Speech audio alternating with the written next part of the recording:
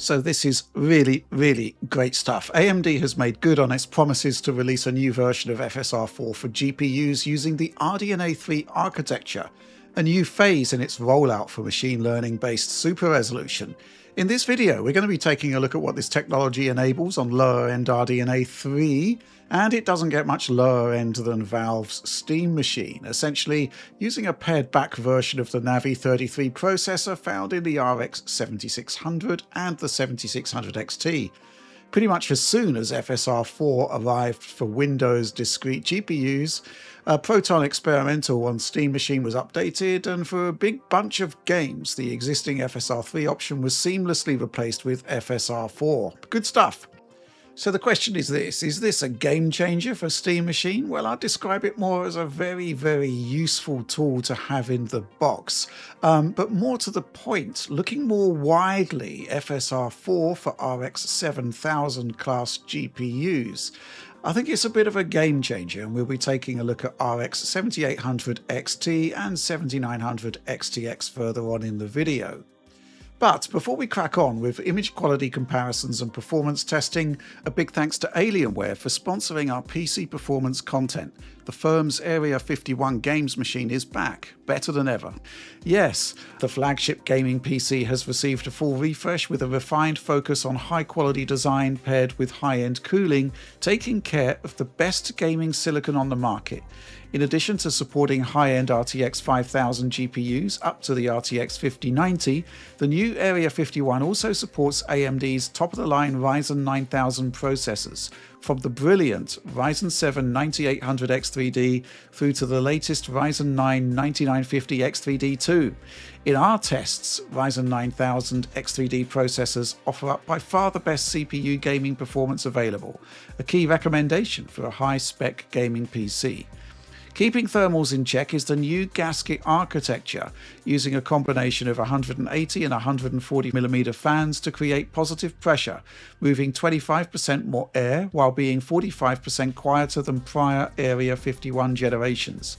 There's a 1500 watt platinum power supply and more than enough thermal headroom to handle the extreme demands of the RTX 5090, which pulls 600 watts just by itself. Put simply, the new Area 51 is built for the absolute limit of modern PC gaming. Check out the link in the video description below to find out more. Okay, so let's begin by taking a look at FSR4 image quality on RDNA 3 GPUs. Essentially, it's using a spin-off version of the existing FP8-based upscaler that's used for RDNA 4. It's using int8 instructions, so it is going to be slightly different. Now, we've seen the early leaked version a long time ago. We've seen the more refined int8 version on PlayStation 5 Professional, but the latest edition is both faster than the leaked DLL and has image quality characteristics that are much more in line with full-fat FP8 on RDNA 4. The list of potential head-to-heads here is in theory staggeringly large, so we're going to set a few baselines for the comparisons. First of all, we're using 1440p output resolution in our tests, as I suspect that's where the majority of the audience for this technology will be. Secondly, we're comparing against the FP8 version running on RDNA 4 to see what the differences are and if there are any regressions. And we're going to be using balanced mode for the vast majority of the comparisons here. And yeah, if FSR4 lives up to its potential, balance mode and even performance mode at 1440p should deliver a subjectively better image than FSR3 even in its quality mode. Also, something else to bear in mind, FSR4 is heavier on the GPU than FSR3, substantially so.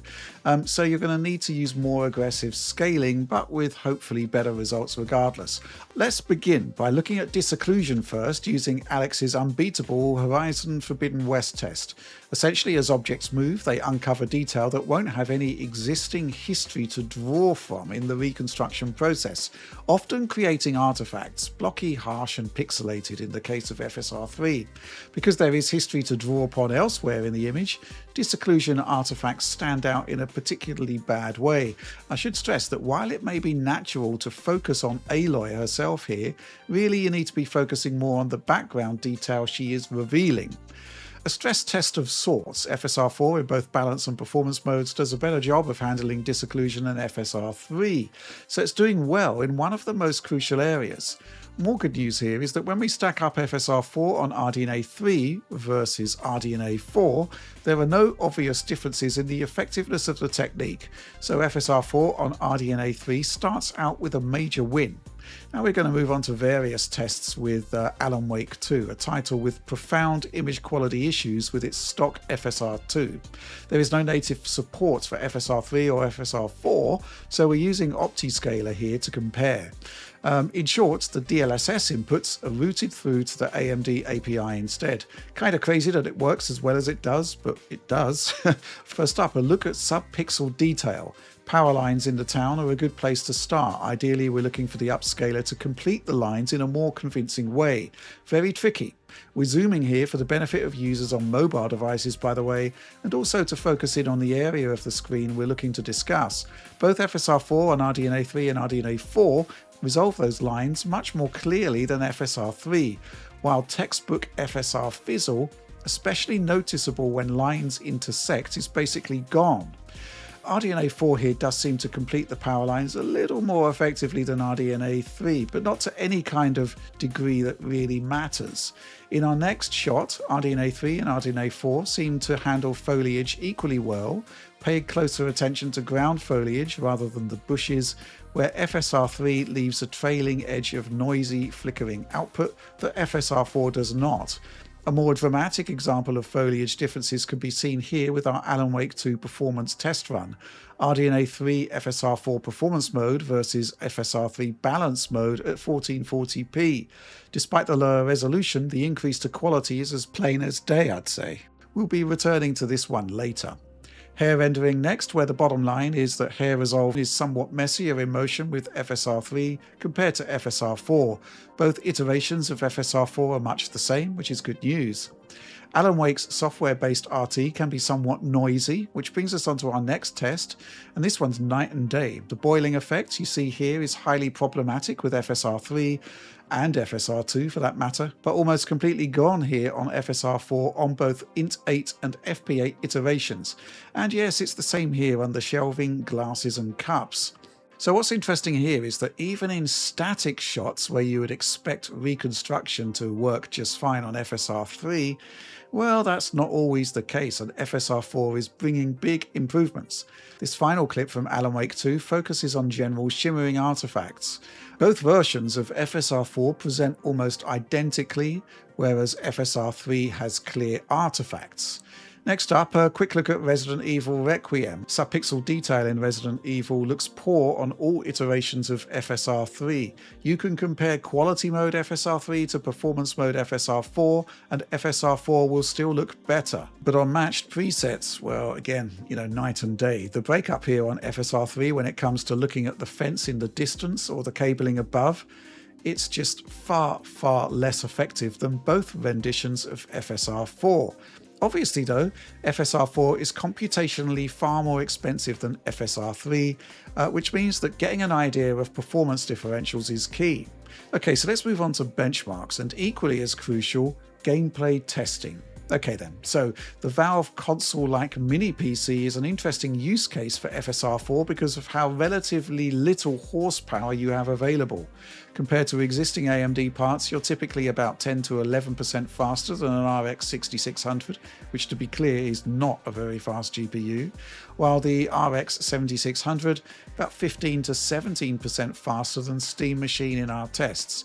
However, I'd still contend that in most games, Steam Machine is pretty fine for 1440p gaming. It's all about using optimized settings and console equivalent settings, something we have a lot of experience dealing with. Would it be easier to target 1080p instead? Of course it would, but I'm also of the opinion that Steam Machine is designed for living room displays, and even upscaling from 1440p to TV standard 4K looks a lot better than doing the same with 1080p.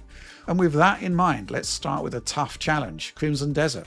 At native 1440p, our optimized settings only deliver a 28.7 FPS average, rising to a more creditable but still low 38.7 FPS on FSR3 quality mode. That's a 34.7% boost, which is pretty good I'd say, but FSR4 will be lower. There's just a 21.8% improvement to performance with FSR4 quality mode, rising to 30.2% with balance mode. That takes us to a 37.4 FPS average, so we still need more. Swapping out balance mode for performance mode, we're at a 41 FPS average with a 42.8% performance increase over native. I'd say that's pretty good, especially as this sequence is far more demanding than the vast bulk of the game, from a GPU perspective at least, but we can boost frame rates with a different settings selection. In this case, I'm using Pearl Abyss's own selection for the PS5 balance mode. This gives us a circa 8% increase to performance across the board, and our FPS average with FSR4 performance mode now stands at 44.5 FPS. So with FSR3 quality mode, we have a high performance, low quality upscaler. But as you can see here, we're able to claw back the performance with more aggressive upscaling using FSR4, but the nature of the upscaling actually sees FSR4 delivering a palpably better result, even though internal resolution pre-upscaling is significantly lower. We'll take a quick look at how that plays out in other content in our gameplay test section, and we'll also look at frame generation, but I'll describe this as a decent VRR experience. Let's move on to something a little less challenging now, Resident Evil Requiem. We're using our optimized low settings here, but to be clear, these are not quote-unquote low settings as such.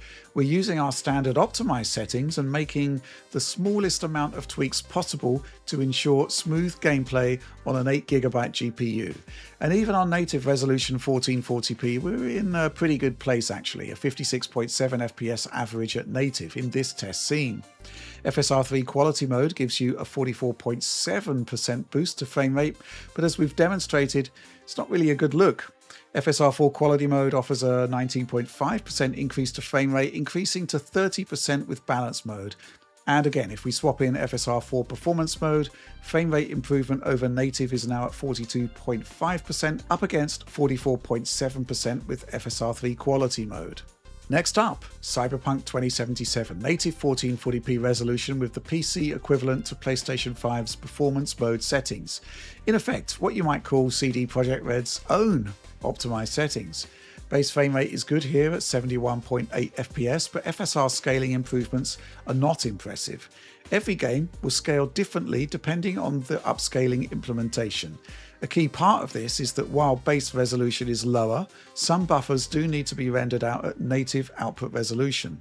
Anyway, a 33.2% boost for FSR3 quality mode, with the FSR4 equivalent delivering just a 7.8% improvement. That's not good. Balance mode takes that up, but it's still a mere 16% improvement over native, and when we factor in performance mode, our net increase from native rises to 25%. So yeah, remember our native resolution there is actually just 720p. A 25 percentage point boost, not great. Cyberpunk 2077 does support dynamic resolution scaling, however, even with FSR4, and it's certainly interesting to see what you can do with it, which allows us to segue seamlessly to some gameplay testing.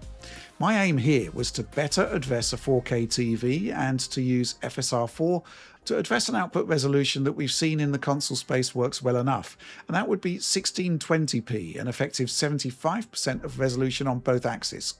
We're not using a specific FSR4 factor, we're letting the game decide by targeting a specific frame rate instead, 60 FPS being the obvious choice.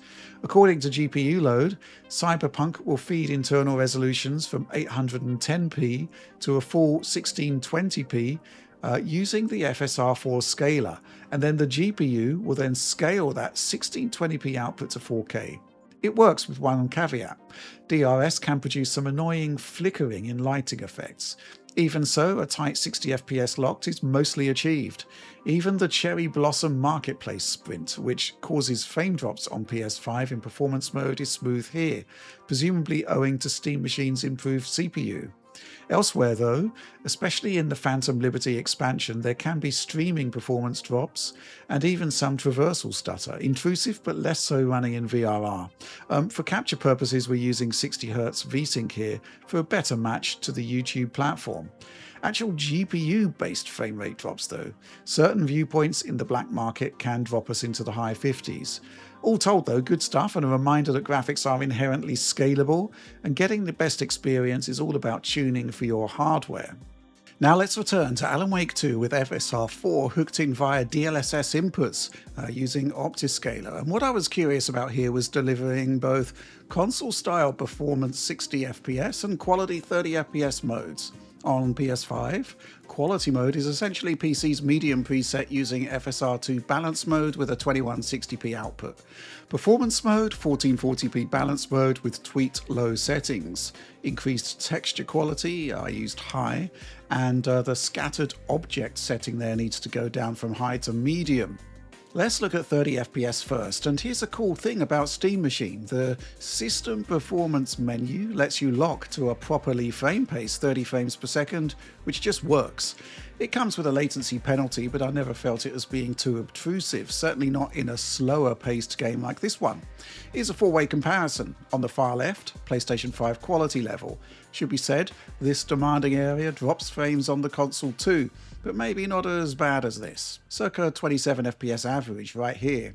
Next along, FSR4 performance mode. We lose a couple more frames, but the quality level is much improved. 4K from a 2x2 upscale is a sweet spot for machine learning based upscalers. Ultra performance mode locks us to 30 FPS, but I noticed some specular shimmer there that wasn't great. I mean, this is a native 720p. I mean, it works, you get your locked frame rate, but bearing in mind this is stress test content, perhaps it's a step too far. Finally, an interesting alternative, 1800p from FSR4 performance mode. By dropping output resolution to 83% of 4K, not only do we get our 30 FPS lock, we have GPU headroom to push settings from medium to high. I tried 1800p across a range of forest content from the first couple of Cauldron Lake chapters, and it never missed a beat. It works, and it's an interesting way to balance quality settings against output resolution. Looks absolutely fine on a 4K living room display. Thing is, outside of the forest hotspot used in the benchmark, just sticking to 2160p output with FSR4 performance mode on medium settings just kinda works without any issues. On a GPU as relatively weak as Steam Machine's Navi 33, the amount of render time going into the 2160p upscale alone must be quite significant, but by dropping to 1080p internal, we claw back enough resources to accommodate the ML upscale up to 4K resolution. So this is interesting because while Steam Machine's GPU doesn't have the performance of the PlayStation 5's processor, we have a good example here of how ML upscaling can deliver an improved experience than the console, even with a lower internal resolution. Question is, what can we do for a 60 FPS performance mode? And I wasn't too optimistic here because FSR4 is heavy on the GPU, while Alan Wake 2 on PS5 is already using what I consider to be pretty aggressive upscaling, a 1440p output from FSR2 balance mode. So here's what happens when you dial in PS5 settings on Steam Machine, then stack it up against FSR4 performance mode. What I found is that FSR2 here is about 14% faster, so FSR4 has about 88% of the performance. But there is that big quality improvement. Dropping down to ultra performance mode really isn't an option. That would be a 480p to 1440p upscale, so let's rule that out. So really, it's about moving away from the stress test area to see how performance mode copes. The town area works fine actually, with most of the content not bothering the frame rate limit.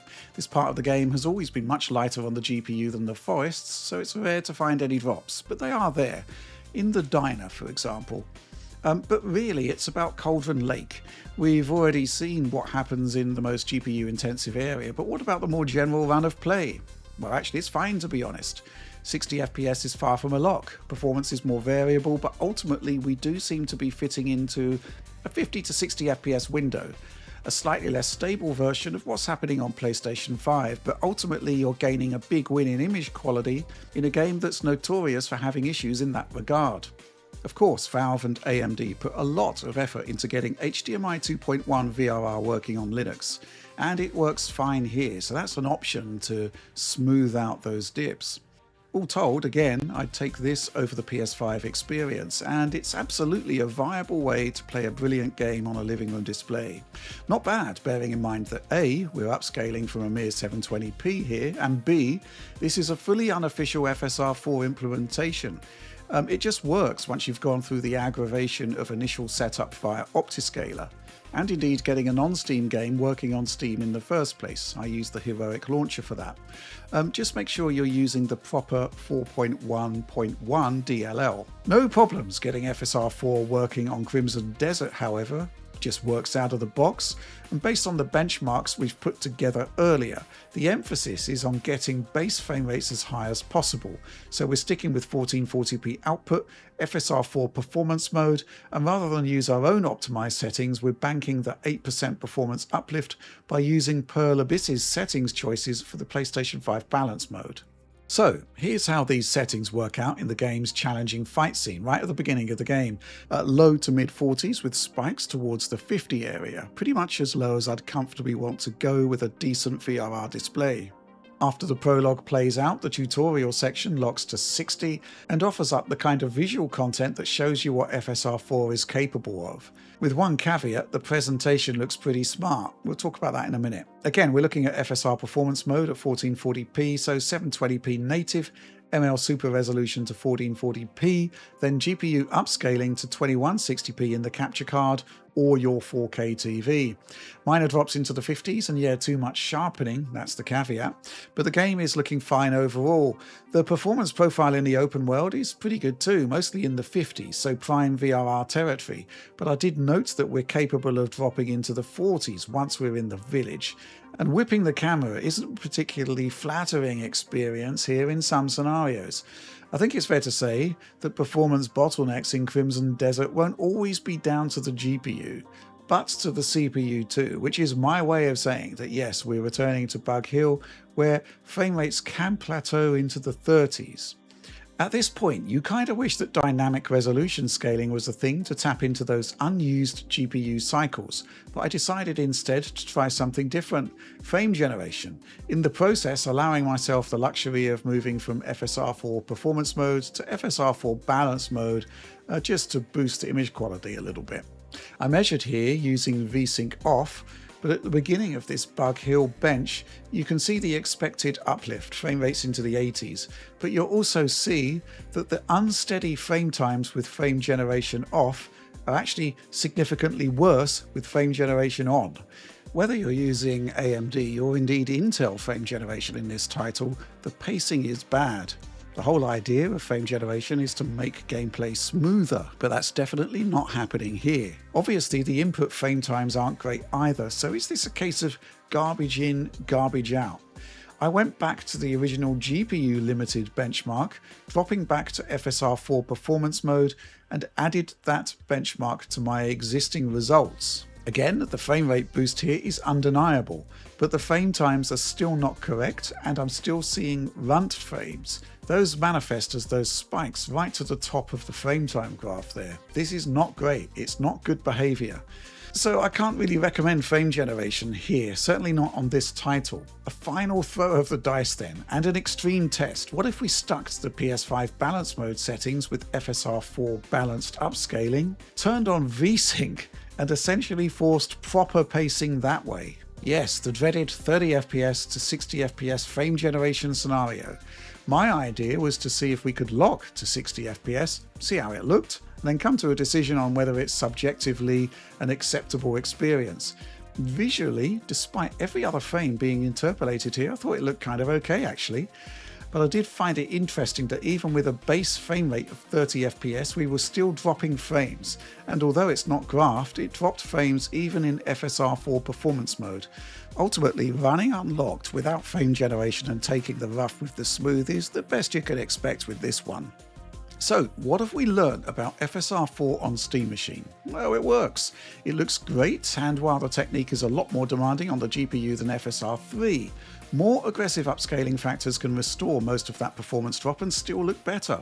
Everything you've seen on Steam Machine here in this video should map onto RX 7600 on Windows with a useful performance boost too. But there is a catch to all of this. Here's Metal Gear Solid Delta running on Steam Machine with FSR4 in performance mode at 1440p. Image quality wise, I think it looks really good, but frame rates are all over the place.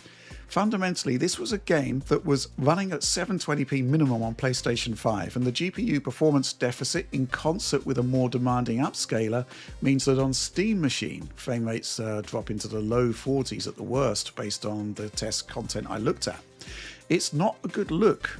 But then you look at something like Stellar Blade. Again, I had to use upscaler to get FSR4 running here in performance mode, but this time at 1800p output resolution, so 900p native.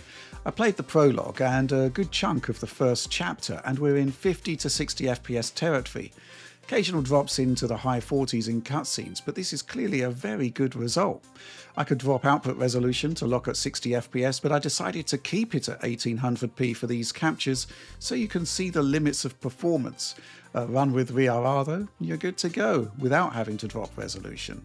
It speaks to the diversity of performance requirements from various games, but when you're looking at Metal Gear Solid Delta and Crimson Desert, well, you can play them and it's fine overall, but you can't help but wish that Steam Machine itself had higher baseline performance. Even the kind of output you'd get from the full RX 7600 would have made a difference. But moving on from Steam Machine, I also want to talk about desktop RDNA 3 GPUs with a bit more horsepower and what FSR4 does for them, because I think it's fair to say that the cost of the new upscaler does seem to change relatively to what we're seeing with Steam Machine.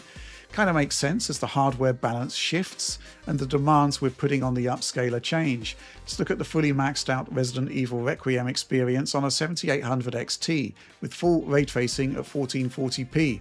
In this example, FSR3 quality mode is only 10% faster than the FSR4 equivalent, while balance mode is about 2.5% faster than FSR3 quality. The boosts are much higher than we saw on Steam Machine, but this is almost certainly down to the fact that ray tracing is in the mix, where reductions in input resolution dramatically improve performance, more so than the rasterization settings we used on Steam Machine. I'd say that the results here with the 7800 XT are really good, especially bearing in mind the image quality improvements we demonstrated earlier. So I showed this benchmark on DF Direct. It's the same test running on RX 7900 XTX, but at 4K instead. And I guess because of the RT effect, the frame rate increases are even more profound. An 80% boost for FSR3 quality mode, 61% boost for FSR4 quality mode, and a remarkable 119% increase in performance mode. As we're running at 4K here, I think performance mode is a better fit for this kind of test than balanced. A 2x upscale at this kind of resolution is absolutely fine. Outstanding results, I'd say, and anything that improves the outlook of ray tracing performance on RDNA 3 to this degree is pretty good in my book. Crimson Desert's use of ray tracing is much less pronounced, however, so the frame rate increases are more in line with what we saw on Steam Machine. Using optimized settings here at 1440p, the 7800 XT is 30% to the better when using FSR3 quality mode. 18% faster with the FSR4 equivalent, 25% to the better with balance mode. Not plotted here, but performance mode takes that up to 36%. What's interesting here is that without heavy use of RT, the gap between FSR3 quality mode and its FSR4 equivalent widens out again. Again, you should expect to see differences in the effectiveness of upscaling and boosting frame rate on a game-by-game basis. We're ramping up to cinematic settings with the RX 7900 XTX at 4K resolution, a 55 percentage point boost for performance mode over native, which is a bit more like it, but still well down on the heavier RT boost we saw from Resi. Here, FSR3 quality mode is only 13% faster than its FSR4 equivalent, but perf mode looks better and runs a touch faster, 66 FPS versus 63 FPS. These numbers were interesting enough for me to want to do some gameplay tests with these GPUs, so let's dig in. Alan Wake 2 4K high settings on the 7900 XTX with low ray tracing. So low ray tracing is still of a higher quality than the ray tracing in the PS5 Pro version of the game and gives you the majority of the impact ray tracing brings to the mix. To stabilize at 60 FPS, I dropped from 2160p to 1800p, with just a few frames dropped in the testing forest scene. The performance is there, the quality is there, the raster settings are arguably overkill, and I'd say this experience is pretty awesome. The price of RT is high, however, as you can see here, running pretty much the same test in the problematic forest area using a 7800 XT. Still 1800p output resolution, still high settings, but RT is disabled. Slightly less solid in terms of a 60 FPS lock, but good enough. Moving back to the RX 7900 XTX, I was quite happy with the experience from Cyberpunk 2077, using the PS5 performance mode settings, RT reflections and medium RT, which we've pegged as optimized RT. FSR4 performance mode at 1800p, and the experience is rock solid here on the RX 7900 XTX in the Phantom Liberty Dogtown GPU stress test. Speedy traversal through Night City and Dogtown is also rock solid and looks great. Pretty impressive stuff, I'd say. Now, looking at the exact same settings on the RX 7800 XT, but at 1440p resolution this time with FSR4 balance mode, a tweaked nighttime run through our Night City streaming test pleasingly locks to 60 FPS throughout. But we do see drops into the 50s in the black marketplace run. Now, I guess this is fine in the age of VRR, FreeSync, etc. But you can alleviate this using dynamic resolution scaling with a 50 to 100% scaling range. But it has to be said that those flickering artifacts on the lighting can be a touch annoying. Ultimately though, I really hope I've demonstrated here that FSR4 can be transformative for RDNA 3 cards across the entire spectrum. And that leads us to wrap-up time then. FSR4 works on RDNA 3 and it works very, very well. And while it's taken perhaps too long for AMD to get its act together and properly release something, well, let's just get down to basics. The Int8 Super Resolution technology is a valuable option for any RDNA 3 device. The FSR4 performance hit is clearly significantly higher than using FSR3 when you're comparing like-for-like settings, but in most cases performance mode looks better than quality mode, which makes up a lot of the performance difference, and sometimes it's even faster.